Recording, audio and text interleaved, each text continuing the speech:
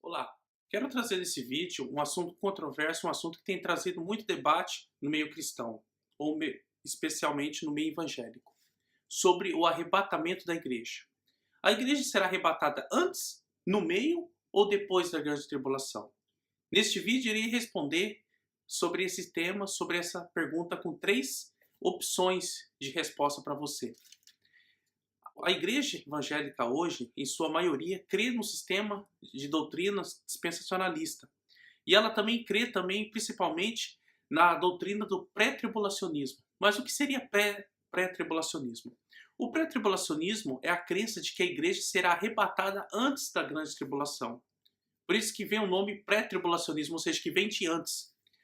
A maioria das igrejas evangélicas, principalmente as pentecostais, elas creem que a igreja não irá passar pela grande tribulação, que a perseguição do anticristo aos cristãos não será sofrida pela igreja, mas sim pelos que ficaram e pelos judeus que viriam se converter a Cristo. A crença no pré-tribulacionismo teve o início por volta do ano de 1830, quando uma jovem católica chamada Margaret MacDonald teve um sonho de que a igreja seria arrebatada antes da grande tribulação. Anos mais tarde, John Darby, o pai da doutrina dispensacionalista, pegou esse sonho dela e sistematizou em sua doutrina, fazendo uma salada, e acabou saindo a doutrina do pré-tribulacionismo, a doutrina de que a igreja seria arrebatada antes da grande tribulação. Por volta do ano de 1909, foi lançada a Bíblia Scofield, e nessa Bíblia continha a visão dispensacionalista e continha principalmente o pré-tribulacionismo.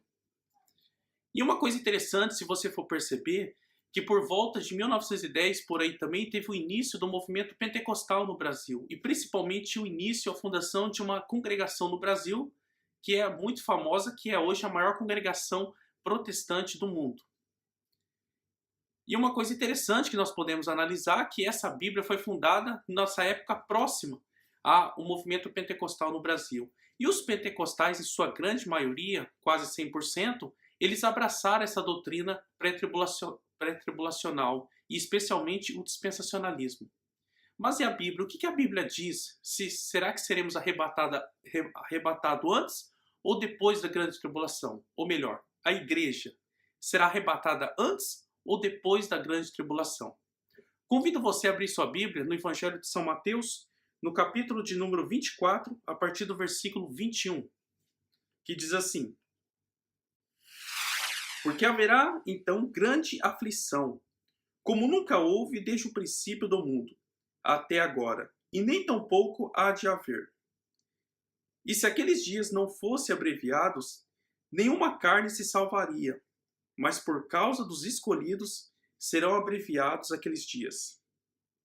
Então, se alguém vos disser, eis que o Cristo está aqui, ou ali, e não lhe des crédito, não é para dar crédito, porque surgirão falsos profetas e falsos cristos. Farão tão grandes sinais e prodígios que, se possível enganaria até os escolhidos. Ei que vos tenho dito. Portanto, se vos disserem, eis que está aqui, eis que ele está no deserto, não saias. E eis que ele está no interior da casa, não acrediteis. Porque assim como o relâmpago sai do oriente e se mostra até o ocidente, assim será também a vinda do Filho do Homem. Pois onde estiver o cadáver, aí se ajuntará as águias.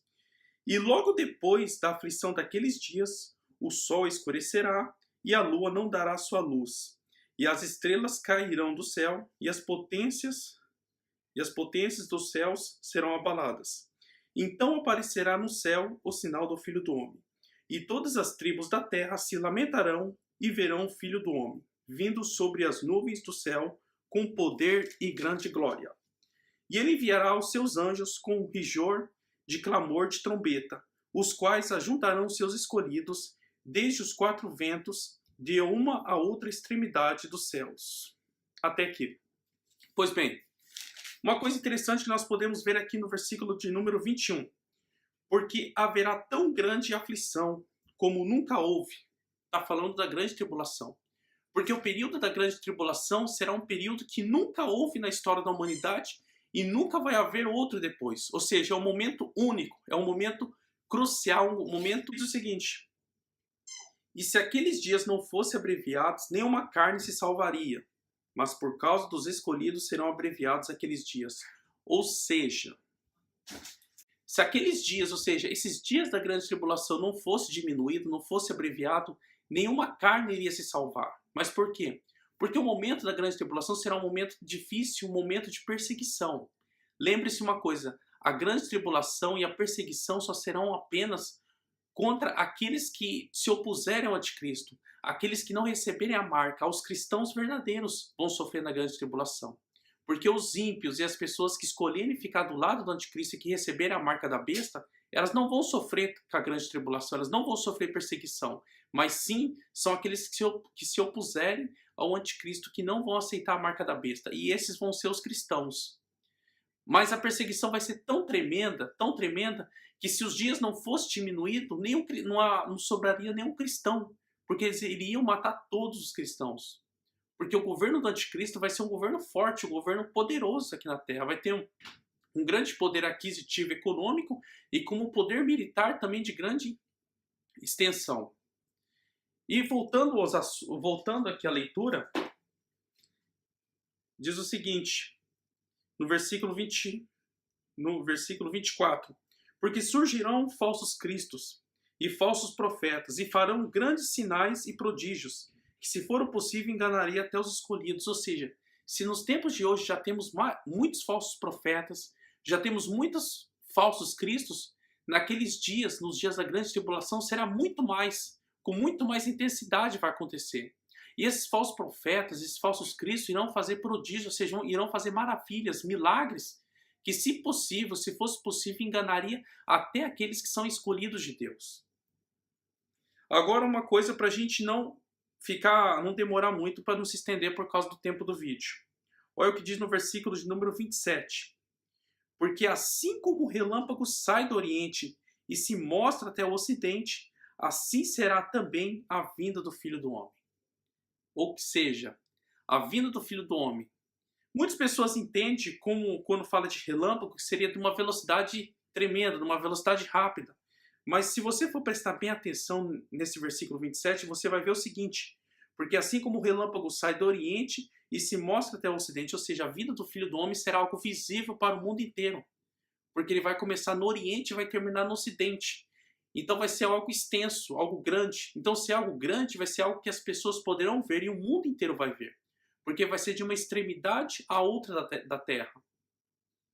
Então esse texto aqui no versículo 27 não fala de rapidez, não fala da velocidade, mas sim fala de como vai ser. Fala que vai ser algo que vai ser visível aos olhos de todo mundo.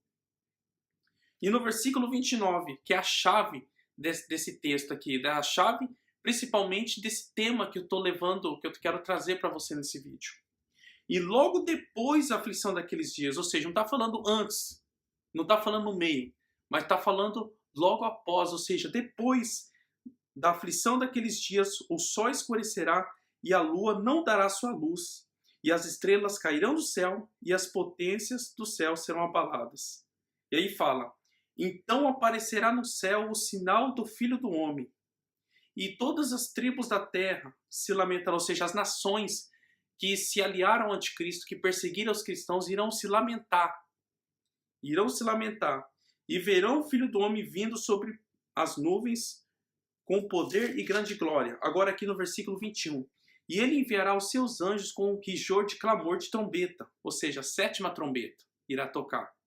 E os quais ajuntarão os seus escolhidos, desde os 4 cantos, desde os 4 ventos, de uma a outra extremidade dos céus. Ou seja, está falando do arrebatamento da igreja. Logo após a aflição da igreja, ou seja, logo após a grande tribulação, irá tocar a 7ª trombeta. E quando tocar a 7ª trombeta, Deus irá nos reunir, a gente, nos 4 cantos, nos 4 ventos, de uma a outra extremidade da terra. Isso será o quê? Isso será o arrebatamento da igreja. Quando aqueles que resistiram ao anticristo, aqueles que perseveraram até o fim na fé em Jesus Cristo, que passaram pela perseguição, que padeceram por necessidade, irão ser arrebatados. Agora eu convido você a abrir a sua Bíblia na primeira carta do apóstolo Paulo aos Coríntios, no capítulo de número 15, no versículo 51. Olha o que diz aqui. 1 Coríntios, capítulo 15, versículo 51. Eis que vos digo um mistério. Na verdade, nem todos dormiremos, mas todos seremos transformados. Ou seja, Paulo está querendo dizer aqui o seguinte, que nem todos nós, nem todos os cristãos irão morrer.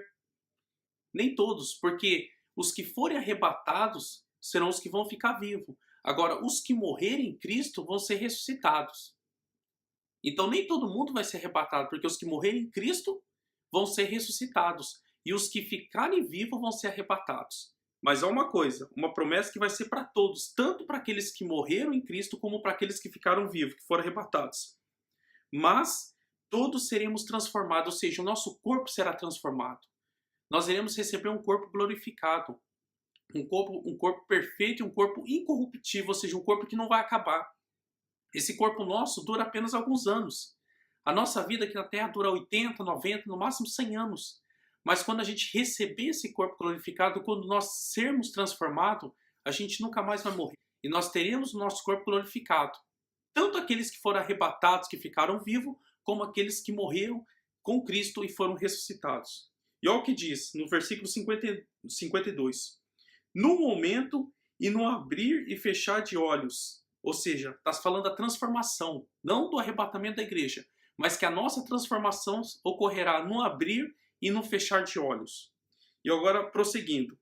Ante a última trombeta, ou seja, ao ressoar da última trombeta, assim.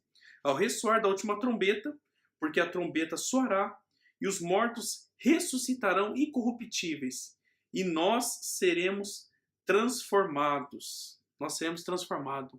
Esse foi o versículo, um dos versículos mais fortes, uma das bases mais fortes do pós-tribulacionismo. Ou seja, a base é um versículo mais claro que nos deixa de que a igreja irá passar sim pela grande tribulação. Porque aqui fala, ó, ao ressoar da última trombeta. Não está falando da primeira trombeta, da trombeta do meio, que seria a quarta e a quinta, mas está falando ao ressoar da última trombeta. E para lembrar que as trombetas só existirão durante a grande tribulação. Para que as 7 trombetas, todas as 7 trombetas venham ser tocadas, tem que ser dentro do momento da grande tribulação. Então, quando fala que é o ressoar da última trombeta, ou seja, vai estar no finalzinho da grande tribulação. Nós vemos o seguinte, o arrebatamento secreto é uma crença errada, é uma heresia perigosa para a igreja. Porque é uma heresia que talvez não vai afetar a sua salvação hoje, mas talvez você não sabe se você irá passar, se você estará aqui no momento em que o anticristo se manifestar, no momento que se iniciar a grande tribulação. Porque essa doutrina do pré-tribulacionismo que ensina que a igreja irá ser arrebatada antes da grande tribulação, ela desarma a igreja. Ela deixa a igreja despreparada para os momentos de adversidades. E nós vemos que essa doutrina do arrebatamento secreto é uma doutrina nova, ela não é uma doutrina que era ensinada pelos pais da igreja. Nós vemos que os cristãos daquela época, da igreja primitiva, eles pensavam que o arrebatamento já estava próximo já, porque eles passavam um tempo de perseguição. Eles achavam que o Império Romano já era o governo do anticristo. O seguinte, é que a igreja primitiva, que a perseguição que a igreja primitiva sofreu, é um protótipo do que vai acontecer com a igreja no futuro, do que vai acontecer com a igreja durante a grande tribulação.